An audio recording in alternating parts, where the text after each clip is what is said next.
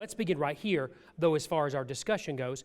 Tell me some things that you learned that stood out to you about John Wesley. I could have said at the beginning, hey, I'm going to ask you this question, but I like not to do that because I want you just to kind of listen and think, and then for me to kind of spring that on you, because usually what's fresh on your mind is what stood out most to you. So tell me something that stood out most to you about John Wesley. His mother. His mother. 19 children. She should be a saint, right? Of course. Yes. 10 lived to adulthood, so 19 children. His mother was very influential in his life, for sure. And we'll talk quite a bit about her, because without her, he would not have been who he was, nor would have Charles. Something else. So his mother, something else that stood out to you about him. Everybody always says his mother, by the way. Yeah. Sure. Yeah. Anything else? Yes? Were the boys only two boys out of all these gals? No. No. They had an older brother too. There were let's see, boys. How many boys? He had 7 sisters that lived, to adulthood. They had an older brother named after their father, Samuel, who, interesting enough, was also a clergyman in the Church of England, who later in life wanted nothing to do with John and Charles. They were estranged because Samuel, the oldest brother, the oldest boy, Samuel Jr., he thought they were fanatics and kind of pushed them aside and didn't like to be associated with them in some ways, and would participate in calling John up on heresy charges later, which we'll get to down the road. Yeah. Was there anything online that anybody answered? Yes?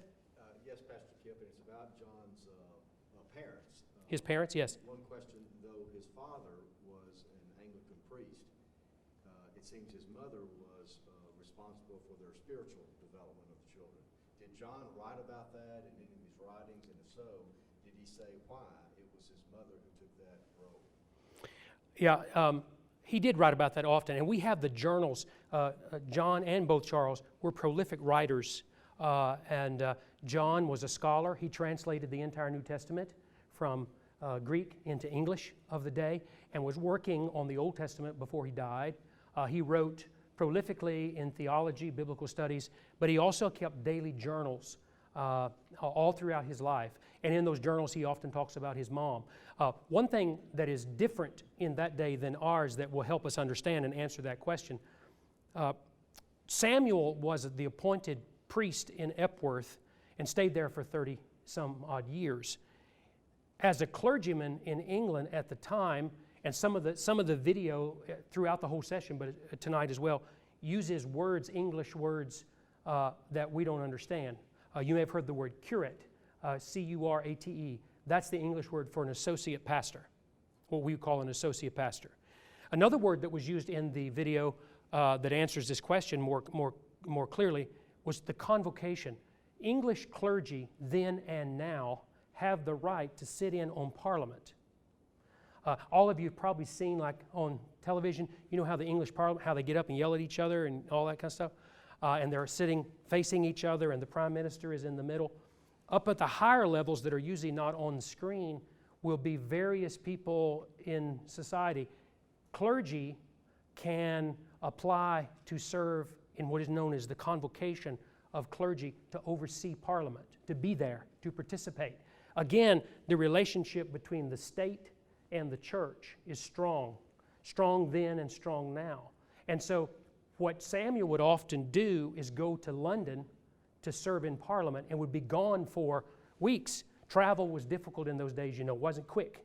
You didn't just zip up and zip back. So he would go stay when Parliament was in session. Well, while he was gone, that was what she was talking about in the video. There was no one there preaching, or at least the associate curate was not doing a very good job. And so she started hosting services, on Sunday night. And women weren't supposed to do that. But it shows that she had some spunk, doesn't it? Some chutzpah. And she was drawing a bigger crowd than they were on Sunday morning. So he wrote much about how she shaped and formed his life in every way, from education, basic education, reading, writing, arithmetic, as we call it, but also in the spiritual well-being as well.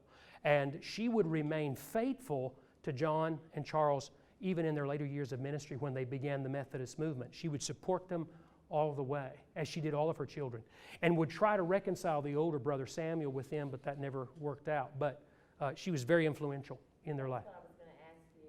This Samuel guy, was he, he thought they were fanatics, you said.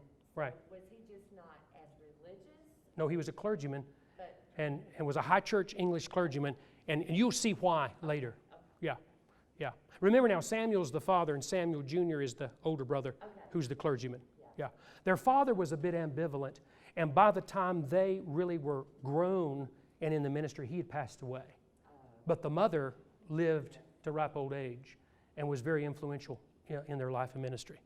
Yes? Oh, okay, yeah, I'll repeat the question. Yeah, the question was, what was the influence of Susanna Wesley, the mother, on John and Charles? Okay, well, we could spend some time there, but we need to move on. And I want to talk about what life was like in 18th century England, just to kind of give us a feel. We won't spend a lot of time on this, so let me just kind of throw this information out there to you, kind of in a lecture style, and you can jot down what appeals to you. There were two different lifestyles in 18th century England, the rich and the poor. There was no middle class.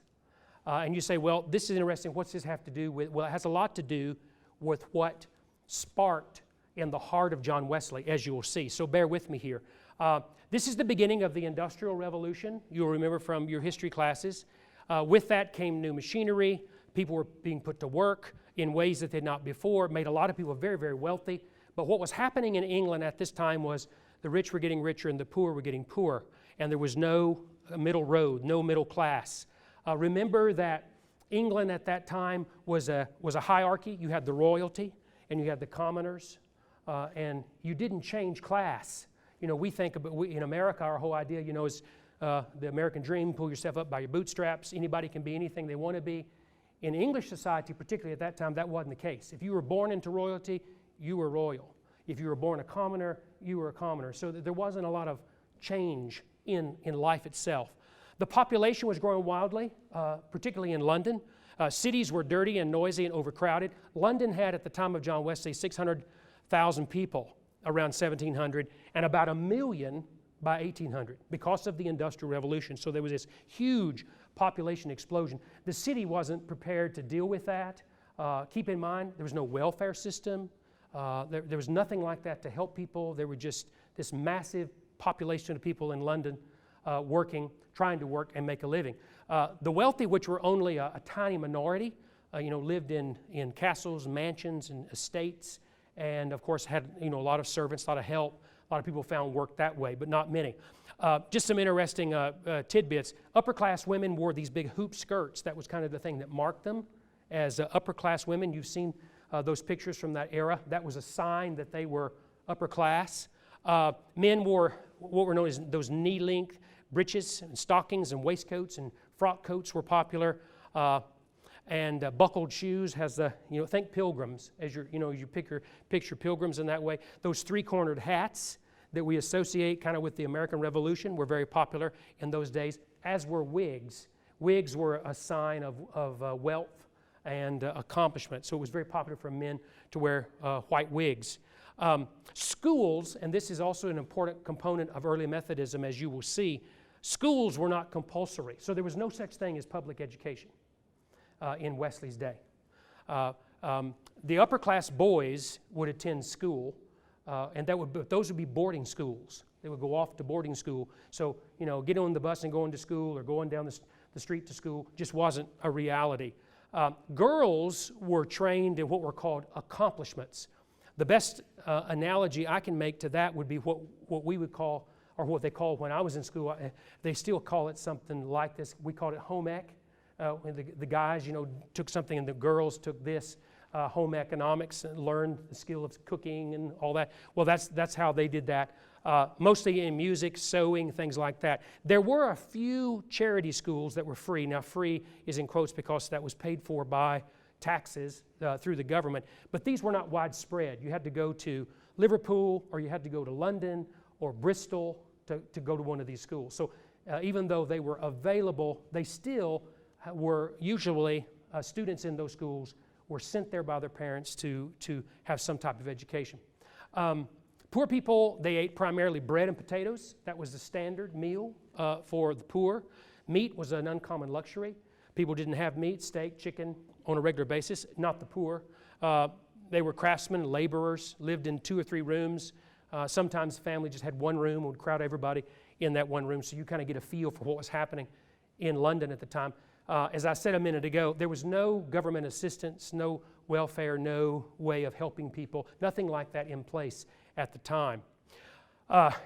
Some interesting numbers here. For every 1,000 children born in early 18th century London, almost 500 died before they were 2 years of age. So 500 out of 1,000 died. From disease, we think, we're living in a pandemic. That was every day.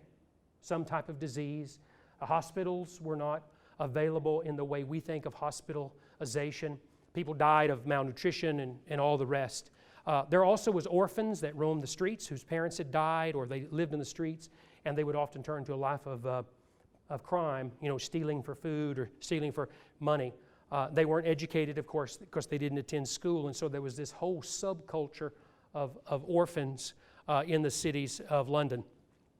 Now, that just kind of gives you a feel for Wesley's world. So here is Wesley living in this world that we've just described, obviously in an oversimplification. Some key historical facts about Wesley that we need to note and keep in mind, some of which is covered in the video, and I'll always kind of go beyond the video in some more detail. Wesley was born in 1703 in Epworth. Epworth, of course, is where his father pastored for those years, the 15th child of Samuel and Susanna. Samuel, now this is the father, not although the Samuel Jr. also graduated from Oxford. Samuel was a graduate of the University of Oxford, that little junior college over there in England. Oxford is still today the primary training school for clergy in the Church of England, as it was then. He was ordained an Anglican priest. One of the differences in an Anglican priest and a Roman Catholic priest is obviously they're able to marry. So celibacy was not a part of the priesthood for the Anglican Church as it is for the Roman Catholic Church. Ordained a priest and a poet. Samuel was a writer as well, so that's kind of where that writing ability came from Samuel the father down to the children. In 1696, he became the rector where he served, I said over 30 years, is right at 40. Some historians place it at 38, some place it at 40. So something like that based on, we don't have exact records on some of this stuff. Now, what a rector was a senior pastor, what we call a senior pastor. That's the English word for a senior pastor. Susanna bore, we talked about that, 19 children, and 9 or 10 lived beyond infancy. And one of the reasons that can be confusing is because she uses different names for the children. She had nicknames for them all. John, her nickname for him was Jack, and nobody knows why. She called John Wesley Jack, and nobody knows why. Jackie, she referred to him as Jackie. Some think it was because she thought he looked like her father, her father was called Jackie, so that could be, who knows. But because she had these nicknames, sometimes historians have trouble tracking exactly who she's talking about in some of the letters. This is a picture of Samuel on the side. Again, he's got the preaching bands, and he's wearing the hat, the appropriate cover for a senior pastor of a large parish like Epworth. And then, of course, that's a younger picture of Susanna.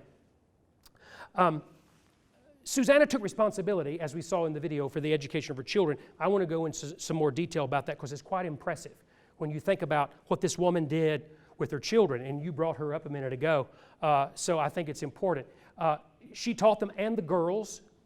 She did not distinguish the education between the girls or the boys. She taught them all the same, which was unusual for the day, but she was educated. Most women, and it's hard for us to kind of get our mind around that, most women in the 1700s did not read or write. So the fact that she could, and she passed that on to her children. Susanna was from wealth. She came from a wealthy family. Her father was like what we call a tradesman. He dealt in furs and silks and fine things like that, trading via shipping, kind of a shipping magnate.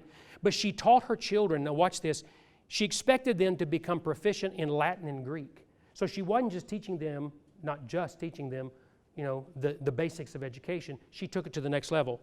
And she expected them to be proficient in Latin and Greek and to be able to read major portions of the New Testament in Greek, which is the original language of the New Testament. And she would quiz them at mealtime in the day and in the evening. And how she would do that, she would often make them speak to one another in Latin, or make them speak to one another in Greek, or she would put the Greek New Testament before them and expect them to be able to read that. So they had the benefit of a powerful woman who was the educator in their life. The children were not allowed to eat between meals. She allowed no snacking.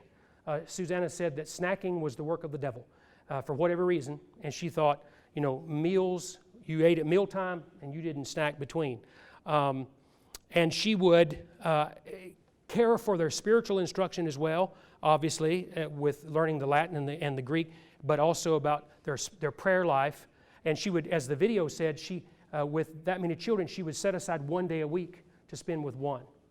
And at least an hour or 2 hours or whatever the case may be. In 1714, one thing that stands out, I think that's important to note, at age 11, John was sent off to Charterhouse School. This is one of those boarding schools. And he talks about, or he writes about rather in his diaries, he wasn't really happy there. He didn't like being away from mother. He didn't like being away from all his brothers and sisters. But she felt that he was smart enough and had learned enough Greek and Latin and all the rest that he could go to Charterhouse School at 11. Now you think about that, an 11-year-old boy in the 1700s being sent off to London. And London was quite a ways away from Epworth, especially in that day and time. Go by carriage, of course, horse and carriage. And he would come home only on holidays. So here he was, 11-year-old boy living in London. And he was there for the express purpose of being trained as an English gentleman. And that would include everything from how you dress to hygiene to how you speak, how you interact, public relationships, all of the manners that were a part of that culture. And he went off at 11 years of age to be trained as an English gentleman.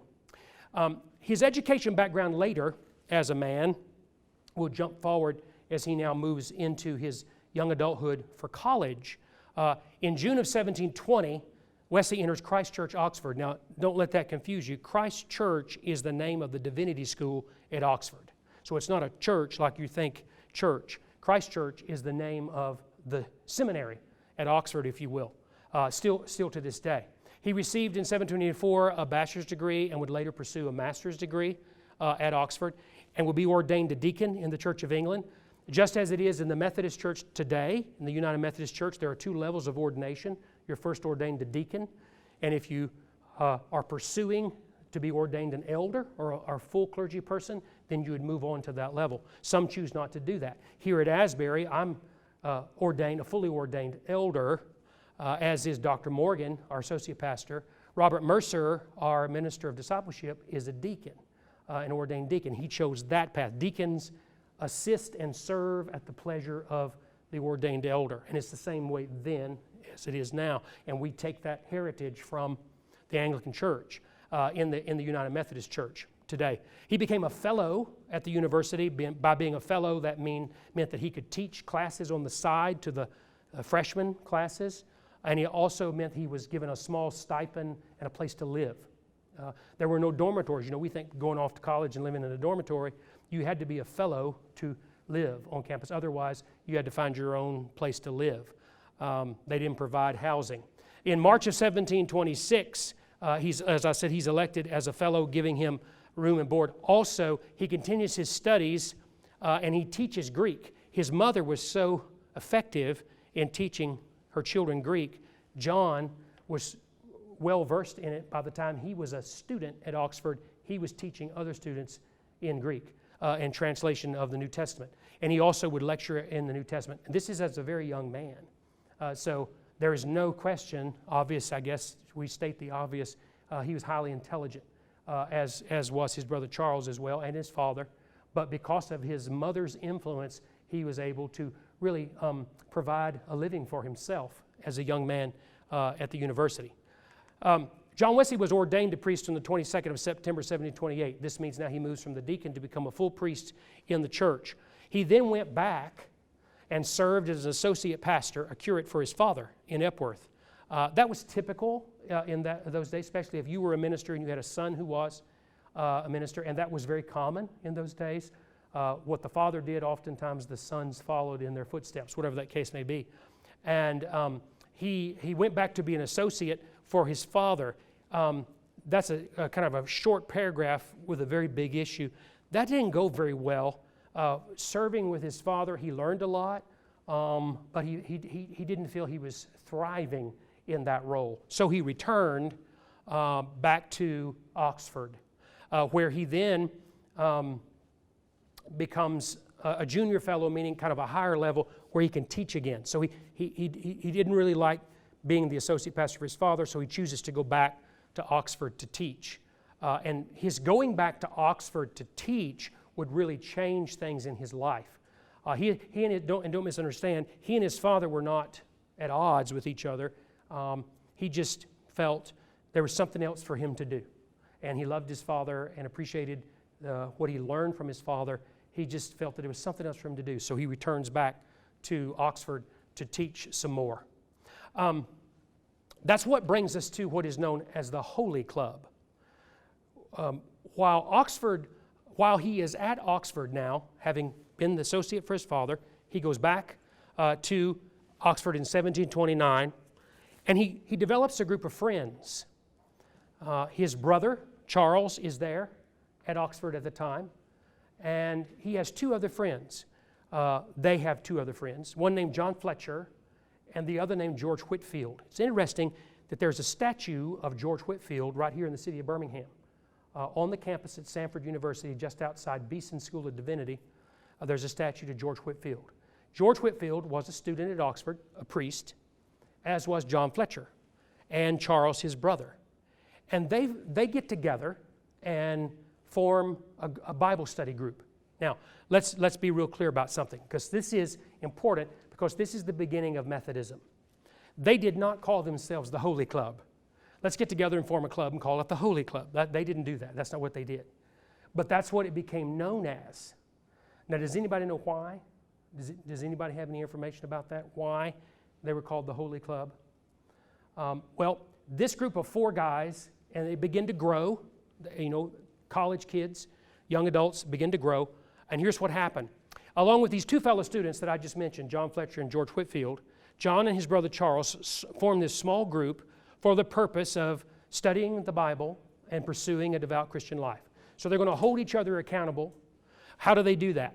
Well, they were very methodical about it. They actually wrote out a plan. And their plan was this. They would meet from 6 to 9 a.m. every morning for prayer, for Psalms, meaning the reading of the Psalms aloud, for reading of the Greek in their New Testament. That was a part of their education, of course.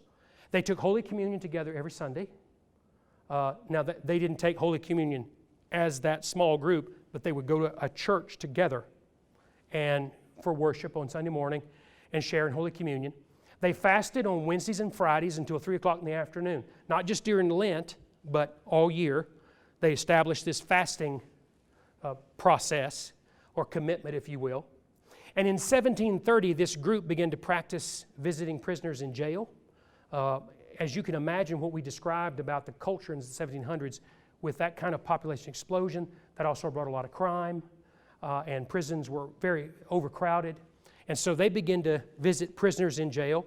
They preached, they educated, they relieved the jail debtors whenever possible, and they cared for the sick. They actually began to take their own financial resources and pay people out of debtors' prison. In England at the time, if your debt was overwhelming, you went to debtor's prison. You've heard of debtor's prison, probably. One of the strange things about debtor's prison is you can't pay your debts, so we're going to put you in prison. So how are you going to pay your debts? See, the society was off balance. And so people of compassionate generosity could go into a debtor's prison and pay someone's debt and get them out and get them back to their family or get them back to work. So they begin to do that. So as you see, it wasn't just a high-minded prayer group.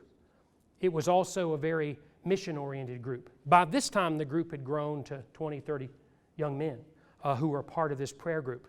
And they really didn't have a name for it. They didn't call themselves really anything. They just met, collaborated. They kind of agreed to do these things together, and they were very faithful at doing that together. As a result of that, and here's where the Holy Club comes in, given the lack of interest in religion by some of the students at Oxford University, they're getting together for prayer, reading the Bible, caring for the people in prison, for the poor, begin to attract a lot of attention. And so people begin to criticize them, particularly those that wanted nothing to do with religion.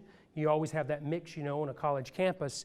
And they called them the Holy Club, not meant as a compliment. But so these people here, this group of guys that were doing these spiritual practices, were given this term of derision, as the Holy Club. Now, they never adopted that, like I said, officially, but it became the Holy Club. And the Holy Club was what historians recognize, Methodist historians recognize, as really the beginning of Methodism itself. As this group got together and began to pray, to seek God, to care for the poor, to minister to those in prison, to have an active spiritual life, and to hold one another accountable. And this idea of the Holy Club, even though it was a term of derision, stuck.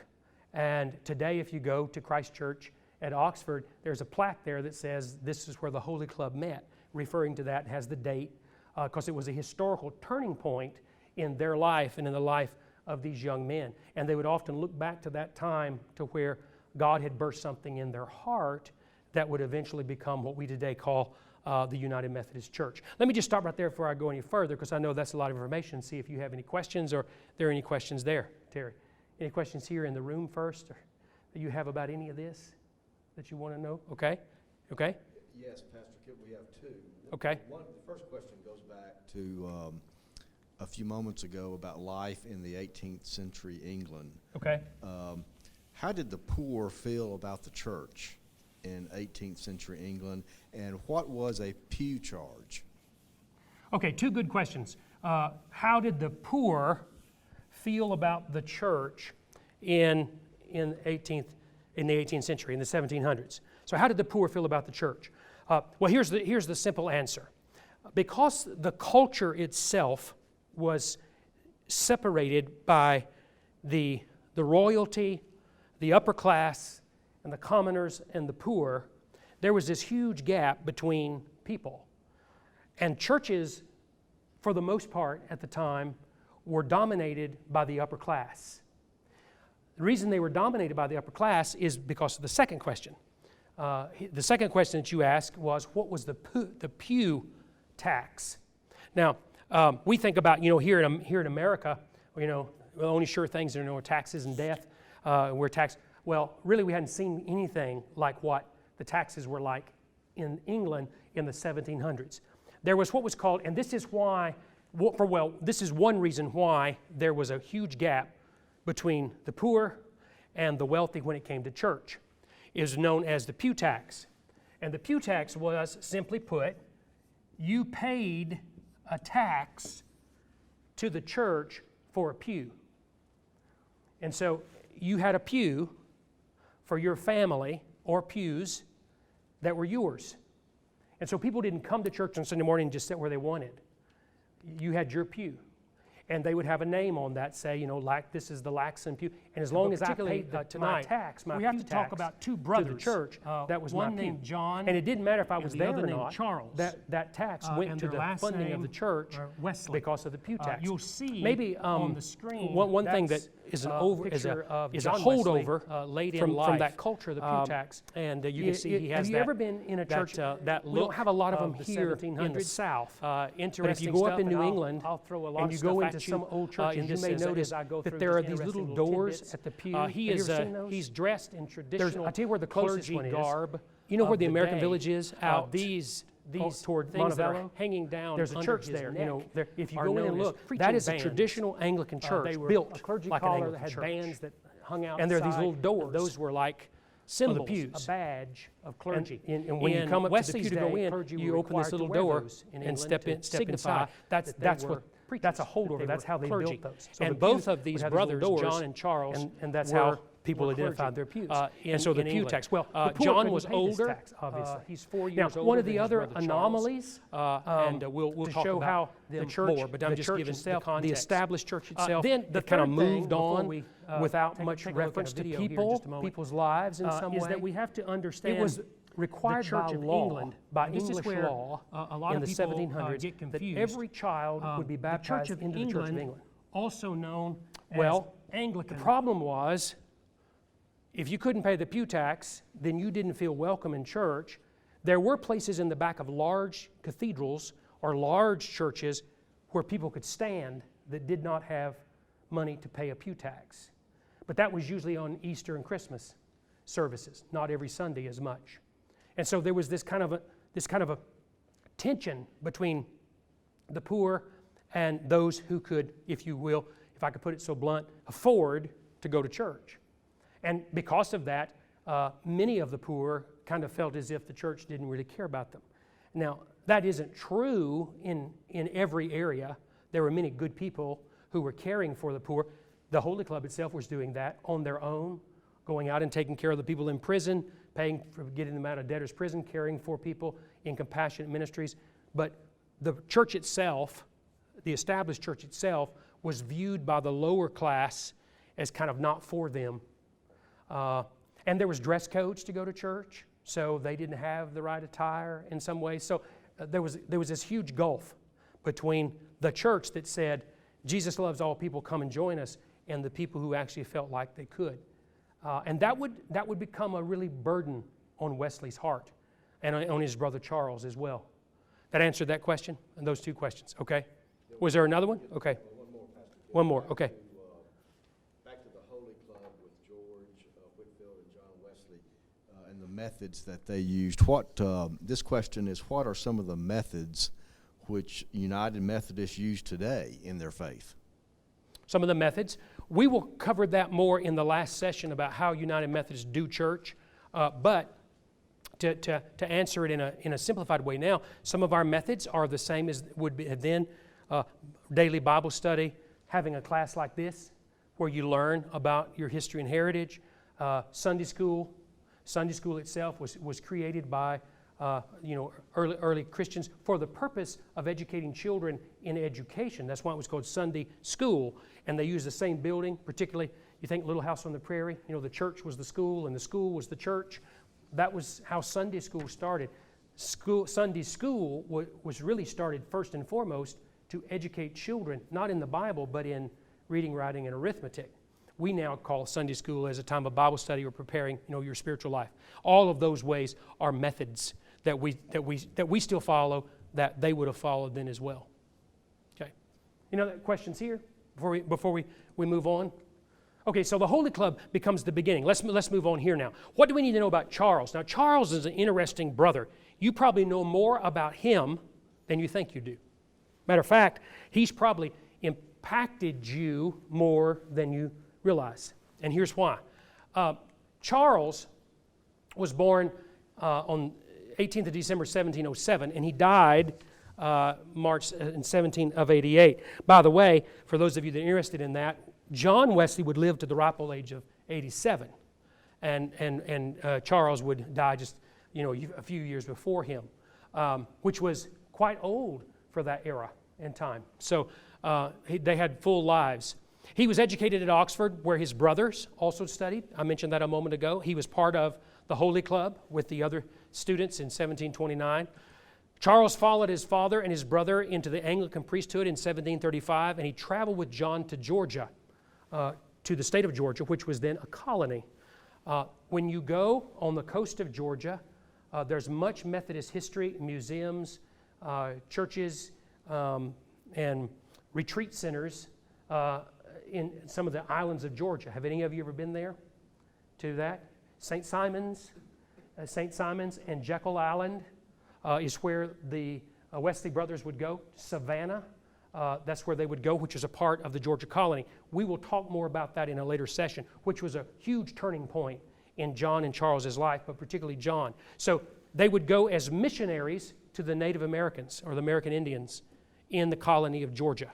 Remember now, and you probably already know, you have connected this in your mind, Georgia and the states, at this time were colonies of England for the most part, and Georgia was one of those. So they go to the colony of Georgia. Charles did, along with his brother. In 1749, Charles got married. Now, John was divorced, which was unusual. And we'll talk more about his love life. He had a rocky way to go with women. John didn't do so well with women. And when he divorced his wife, he said that he hoped never to see her evil face again. And that's his quote, and he wrote it down, that's what he said. He had a torrid love affair with a woman named Sophie Hopke, which is a kind of a fun story that we'll talk about. And he also had what we call, I guess, a scandal of an unmarried woman traveling with him through his preaching endeavors, which in that day and time was huge scandal. So these are very human people that God used in marvelous ways, and we're going to talk all about that. We can take the high road and talk all about the theology, but you're going to want to know more about this stuff.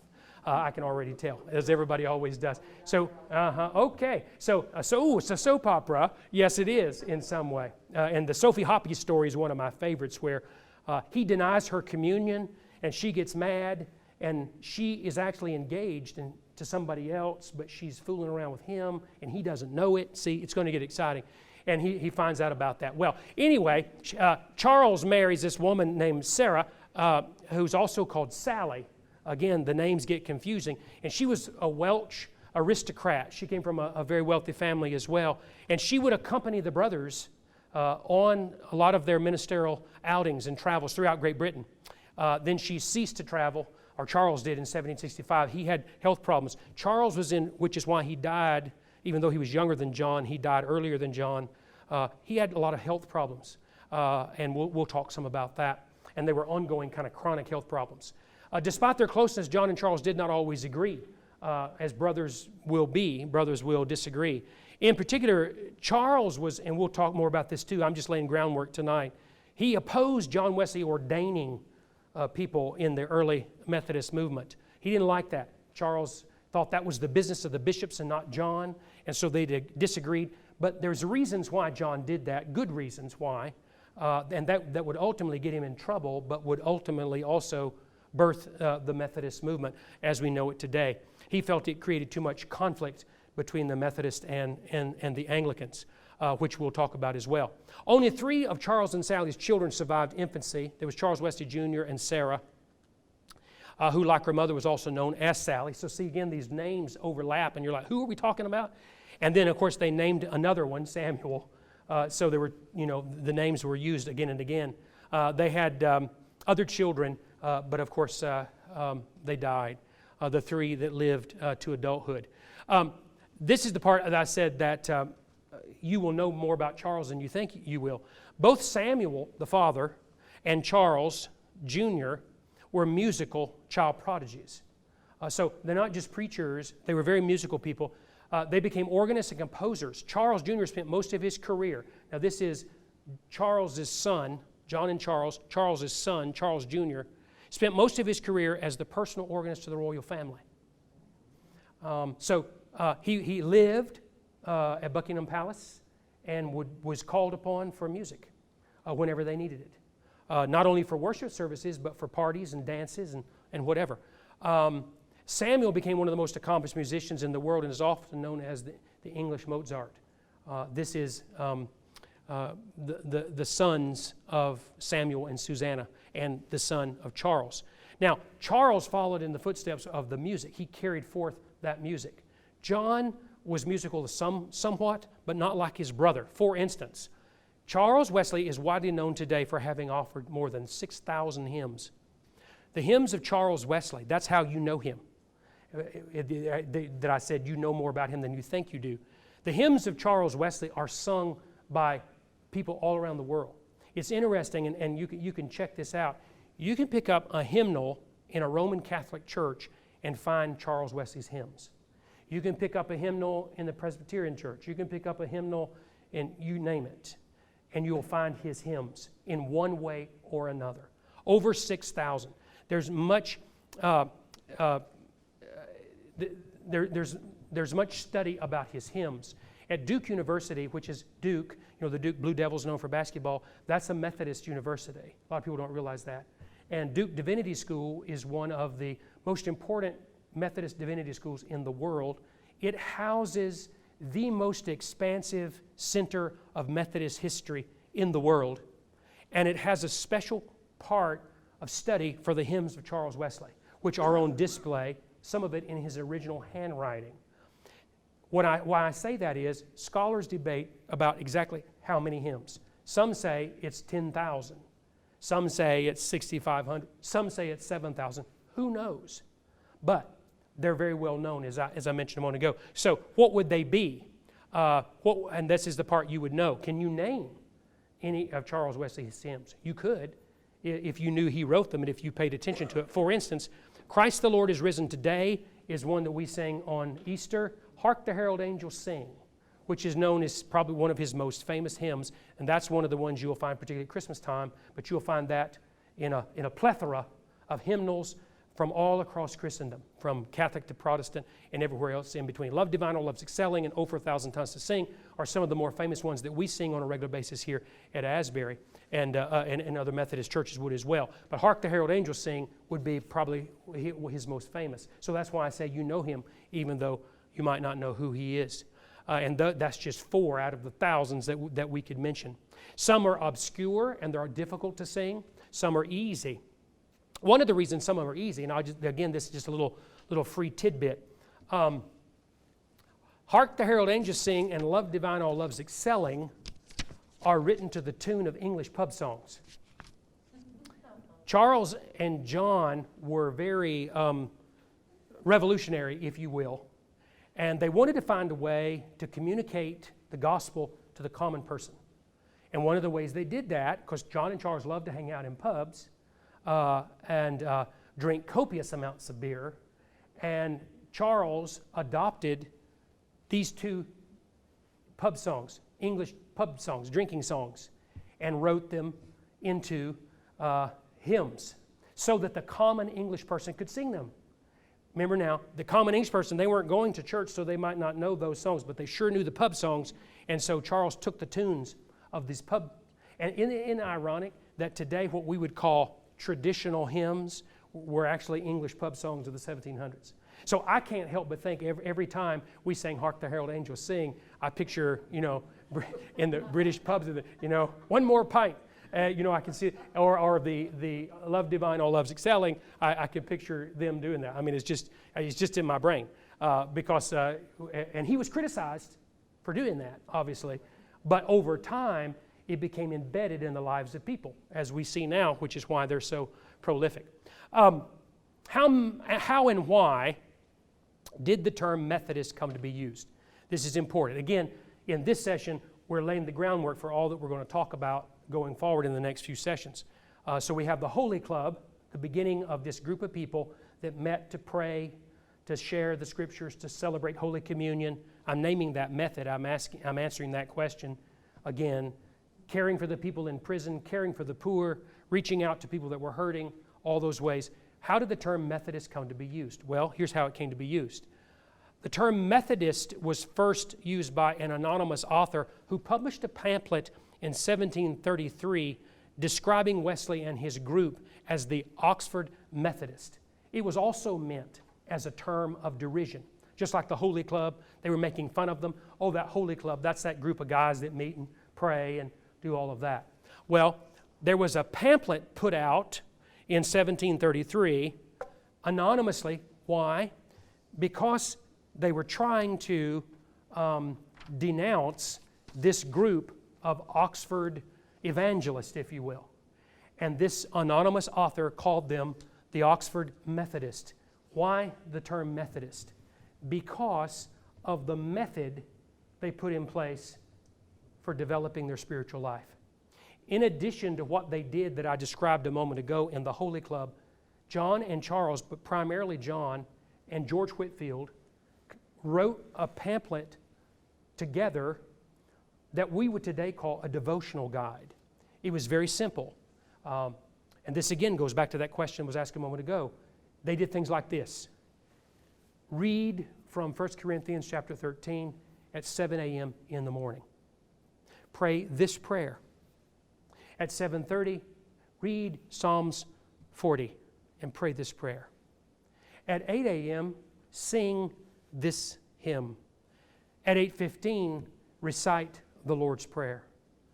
At 8:30, recite the Apostles' Creed. See what I'm saying? They laid out a method to develop your spiritual life, what we today would call a daily devotional guide. And we follow that by still today, the Methodist Church produces the Upper Room, which is a devotional guide for daily Bible reading and prayer. That's all a part of that method. So they developed a method of spiritual development. And this brings me to really the number one thing that I want you to take away from all of this tonight. And I know it's like, drinking from a fire hydrant in some ways. But the number one thing that I want you to get is this. The Methodist movement, which was in its early stages at this time, was not intended by John or Charles. That's why Charles got upset with John about the ordination thing that I said we'll get to later. It was not intended to be a denomination. They were not starting another denomination. And they hadn't even named it anything. Remember now, the two names that they were given, the Holy Club and the Methodist, were by other people who were making fun of them. And this pamphlet was written to answer the pamphlet that they had written about methodical Bible study, daily Bible study. This pamphlet was written to say, these people are crazy. Nobody has time to do all that. They're fanatics, they're extremists, radicals, whatever you want to call them. So the terms that stuck, Methodist, was not something they chose. So what were the early Methodists? What they saw themselves doing and was the early Methodist movement, and they would adopt this word, Methodist, they would adopt that word, not the Holy Club, but they would adopt that word because they said, yeah, that is what we're doing. We're developing a method of Bible study and prayer. We're developing a method of reaching out to the poor. We're developing a method of developing your spiritual life. What they saw as the Methodists, they were a renewal group within the Anglican Church. None of them had any desire when they started to form a different denomination called the Methodist Church. That was not their desire. What they were trying to do was to bring spiritual renewal to the Anglican Church. Here's the best way I know to describe it. Think of it like this. The Jesuits are an order of priests within the Roman Catholic Church. That's how they saw themselves. They saw themselves as within the Anglican Church. They were an order, a group that were committed to methodical spiritual development. They never intended it to become a separate denomination. It's interesting that the Methodist Church would not be formed until John Wesley died. They were trying to do it. It needed to be done primarily because of the American Revolution. The American Revolution had split, of course, England and America, and that created a precarious situation for the Methodists here in America. And so they felt they needed to organize. John Fletcher, one of John's friends, was over here in America, and he came back to England. He said to John Wesley, we need to organize as the Methodist Church because our people are being persecuted because they're seen as loyal to the English crown. And they're Americans now, and we need something separate. And John didn't understand that he didn't want that. And so, but after he died, actually the day after, they officially organized as the Methodist Church. What I say that to say is, as you understand what they're doing, they're not creating a schism. They're not trying to split the church. What they're trying to do is to find ways of living out their faith as faithful Anglicans. And the issues that burned most upon John's heart, and Charles, but mostly John, was how do we bridge this gap between the poor who have been pushed out of the church? How do we bring them together? And how do we challenge the hearts and minds of the upper class to care for everybody? How do we create a church that welcomes everybody? How do we create a place where anybody can come and feel welcome? And that's what they started doing, what they begin to do. And so they set themselves up as a spiritual renewal group within the Anglican Church itself. Faithful, they saw themselves to the Anglican Church, Others would say they weren't. And that started early. It started being criticized very early for what they were doing. Any questions about that part? Or anything I've talked about thus far that you have?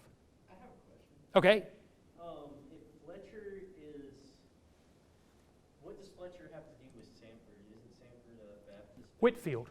Oh, okay, gotcha. That's a good question. Why is Whitfield's? Because- yeah. Because John Wesley and George Whitfield would eventually have a parting of the ways. Okay. George Whitfield would join the Baptist, Okay. and John Wesley would say, go. So was Whitfield one of the prominent leaders of what's known as the Baptist Church now? Yeah. Okay. Yeah. And the difference was how they believed about predestination. Okay. George Whitfield believed in predestination. John Wesley did not. And so they disagreed and eventually had to go their separate ways. But what's interesting is it was not a fight. Okay. They just decided, John Wesley decided, and George Whitfield agreed, you can't be a Methodist. So you need to go be that. But John Wesley would say, and this is almost an exact quote, John Wesley would say, when I get to heaven and I'm looking at the throne of God, George Whitfield will be closer to the throne of God than I will be. So he always respected Whitfield. Whitfield was a powerful preacher, just as John Wesley would become, but they disagreed theologically and they had to go their separate ways. Now that I remember you saying that in your summer institute. Yeah. But John would always respect him. And John would say with a pun, kind of a pun, if I want to hear good preaching on predestination, there's nobody better than George Whitfield. But then he would add, I think it's a bunch of crap. But if I want to hear good preaching on predestination, and that's my translation of his way of saying, he would have much more nuanced English way of saying it. But that's what he was saying basically. But they had to, which is a nice way of recognizing that God has different kinds of people. This is just who we are. If that's not who you are, then you go be that and do it with integrity. And that's what they eventually did. They would remain friends all of their life. And George Whitfield would say the same kind of kind things about John Wesley as well. Yeah. You have a question? Yes. 2 questions, Pastor Okay. Kip. The first is, were poor people back in 18th century England, were they not Christians or not viewed to be Christians? And then secondly, after John Wesley was fully ordained and began preaching, what was his preaching style like? What kind of preacher was he? Okay, the first question is, were the poor not viewed as Christians? And I'm assuming what they mean by that is, if they were not baptized, if their children were not baptized, were they not viewed as Christians? I think so, yes. Okay. No, I wouldn't say that. What I would say is they were viewed as not faithful Christians. The Church of England would not say that those that were not baptized into the Church of England were not Christians, but they would not have the rights of citizenship. In England in the 1700s, in order to vote on any local ordinance, you had to be baptized in the Church of England. So Quakers had no voice. Presbyterians had no voice. No voice. Others, I could name others. Roman Catholics, of course, do you realize this too? That in the 1700s, Roman Catholicism was outlawed in England. You could not practice Roman Catholicism. It was underground, but you couldn't practice it in England in the 1700s. And that's because of, it's a drink. It's a cocktail. Bloody Mary. It's because of the Queen, Bloody Mary, who slaughtered all the Protestants. That's one of the great things about, or not great things, but it's one of the neat things about English history. They went back and forth between Catholicism and Protestantism for a while after the Protestant Reformation in 1517. But by the 1700s, it was established. But early on, one of the kings would be a Protestant, and then he would die, and along came Queen Mary, who was an ardent Roman Catholic. And so she slaughtered all the Protestant leaders, burned at the stake, the Archbishop of Canterbury, beheaded a lot of the Protestant clergy. That's why she was called Bloody Mary. So, but by the time John Wesley came along, the Church of England was established Protestant. And so Roman Catholicism had been outlawed. in England at the time. Well, back to that question. They would have seen them not as faithful and not as participants in society. And an interesting part of that, too, that we'll talk about going forward, and I know when I lay this out there, sometimes people are like, what? Official theology at the time of the Church of England, it's not that way now, but the official theology of the Church of England at the time maintained that if you were born into wealth, that was God's will for you. And if you were born into poverty, that was God's will for you. That's why, in many ways, they felt in a broad sense, no compulsion to care for these people. Because there was, like I said earlier, there was no, you know what, I'm tired of poverty, I'm going to get a job and climb out. You just didn't do that in that culture. There was no mechanism to make that happen. And then the church itself accepted these different designations. To put it bluntly and oversimplified, John Wesley and his brother came along and said, that can't be what God has in mind for people. That can't be. So God's grace is just as available to this person working in the coal mines as is to this person living in the castle. And that's why oftentimes Methodism, early Methodism, is called the religion that joined the coal mine and the castle. The coal mines was where the poor worked for the most part. And Wesley came along and said, God's grace doesn't distinguish between people that way. Something has to be done to bring these people together in the life of the church. And he would bring it together by God's help, and it would literally change English culture and the world. When he would, as a prophetic voice, say, wait a minute, this isn't right. Now that brings me to the second question, how did he preach? John Wesley was a small man, stood less than 5'7". And he didn't have a booming voice. You would think a person who would start a movement, would be this charismatic, no.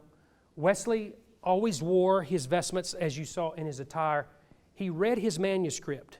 He preached about an hour and 50 minutes. So I tell people, don't ever complain about my sermons. But that was standard time for a sermon.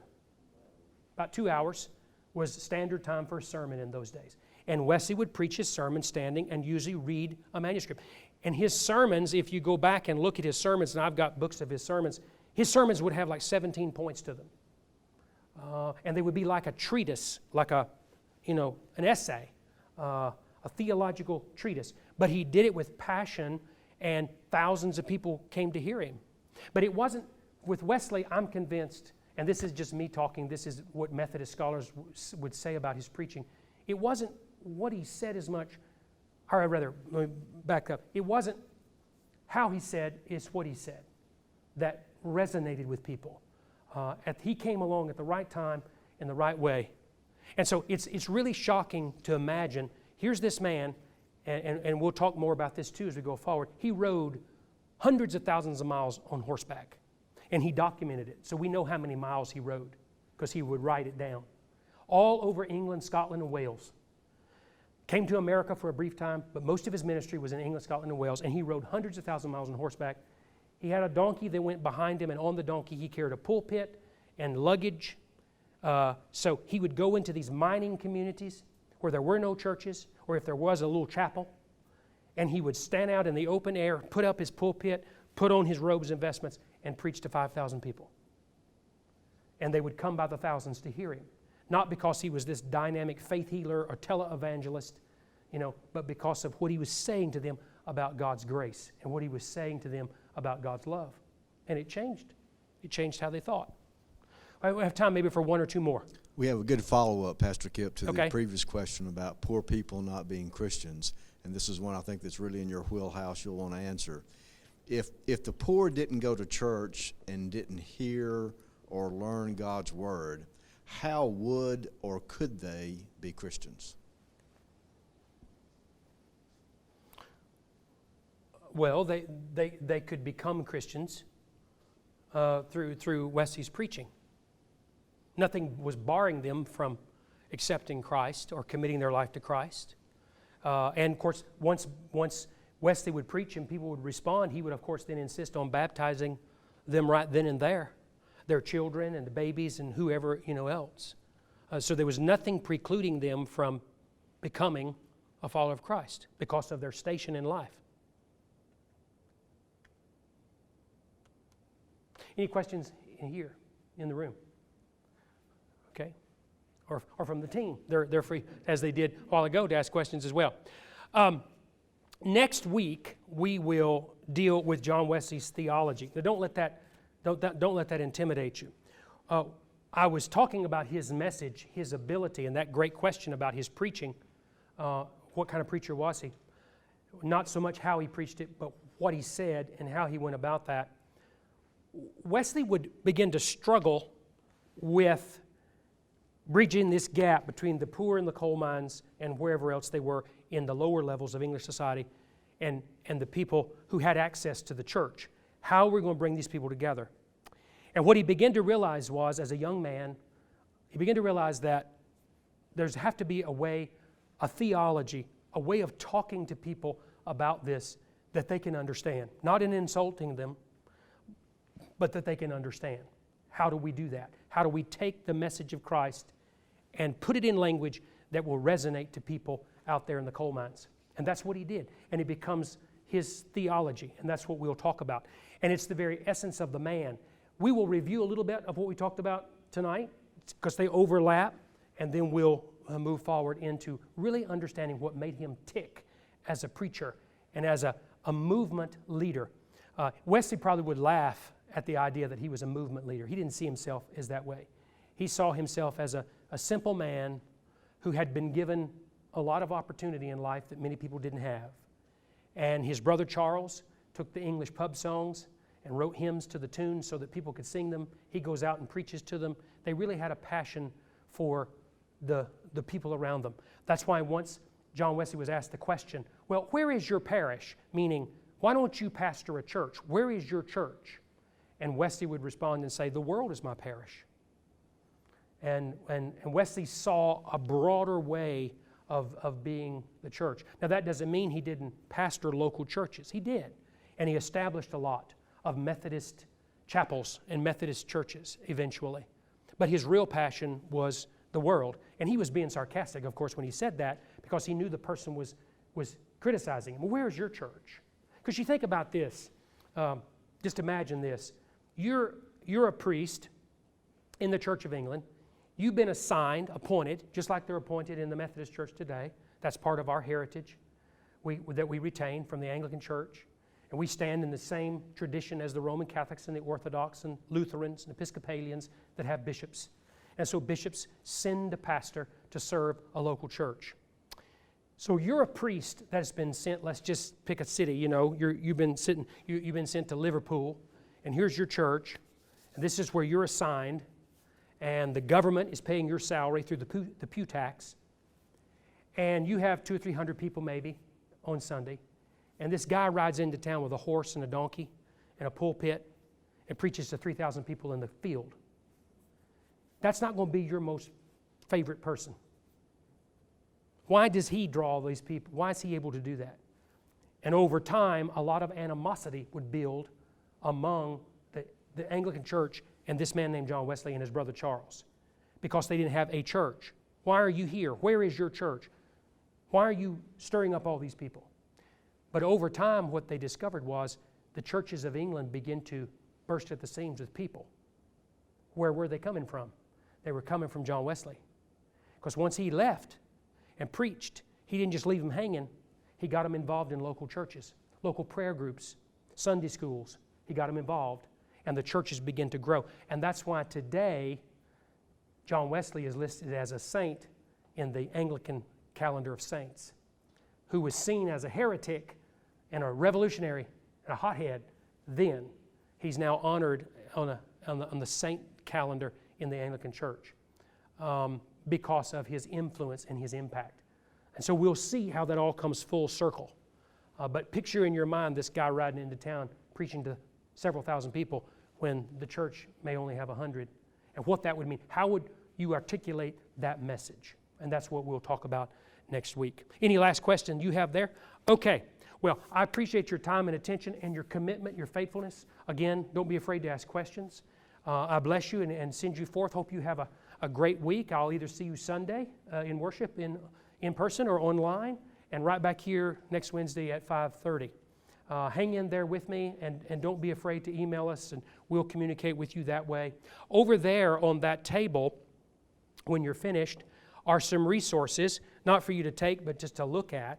Some of you will want to go deeper. Others of you will say, this is deep enough, I'm good. But some people want more information, and I'm going to share that with you from time to time. And I'll just share these three with you right here in brief before we go. This one here by Frederick Norwood is the definitive study of American Methodism, the story of American Methodism. So it picks up with the Methodist movement in America, and that's a good one. This one by Richard Hotzenrader, who is now emeriti, but he taught for many years at Duke. I mentioned a minute ago the Methodist History Center at Duke Divinity School. Wesley and the people called Methodist. This is one of the best overviews of the whole Methodist movement, and it's easy to read and well documented. Has a lot of good pictures, some of which I've taken and will use from time to time to give you a feel. A more scholarly and definitive study is put out by Oxford University called the Oxford Handbook of Methodist Studies. And light reading for the night, but this is the most scholarly reading you'll find on Methodism to date. It came out just a few years ago by Oxford University. Over there on that table, you'll see some old Methodist hymnals, prayer books. Be careful with them as you pick them up. Some of it will come off in your hands. That's how old some of them are, dating back to the 1800s, 1700s, and you'll see those. One thing I'll challenge you to look at when you pick up the hymnal, when you look at the hymnal, one of those that's over there, I believe, you'll notice there's no music in it. It's just words.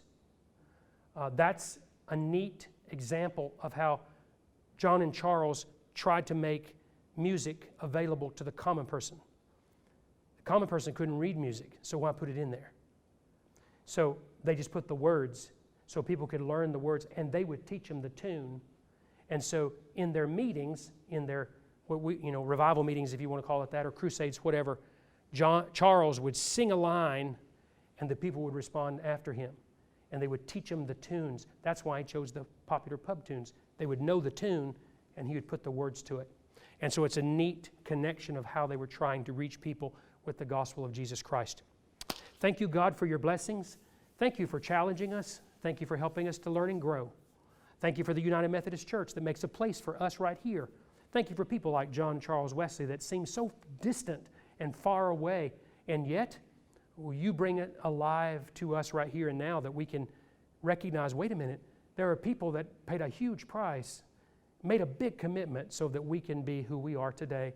Bless my friends tonight, both here in this room and those in rooms all across America that are joining us by live stream throughout the city of Birmingham. I pray your blessings on every household and family represented here tonight. And we'll give you thanks and praise in Jesus' name. Amen.